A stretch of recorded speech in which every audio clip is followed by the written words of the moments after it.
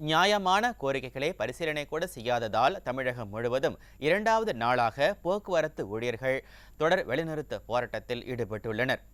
அரசு போக்குவரத்து ஊழியர்களின் நலனில் துளியும் அக்கறை கொள்ளாமல் விடாப்பிடியாக விடியா மாடல் அரசு வீராப்பு காட்டி வரும் நிலையில் இரண்டாவது நாளாக தமிழகம் முழுவதும் போக்குவரத்து ஊழியர்கள் தொடர் வேலைநிறுத்த போராட்டத்தில் ஈடுபட்டுள்ளனர்.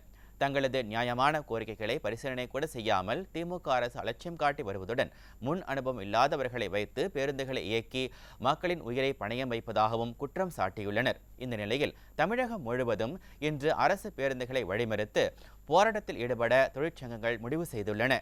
சென்னையில் மாநகர போக்குவரத்து கழக தலைமையகமான பல்லவன் இல்லத்தை முற்றுகையிட்டு போராட்டம் நடத்தவும் முடிவு செய்துள்ளனர்.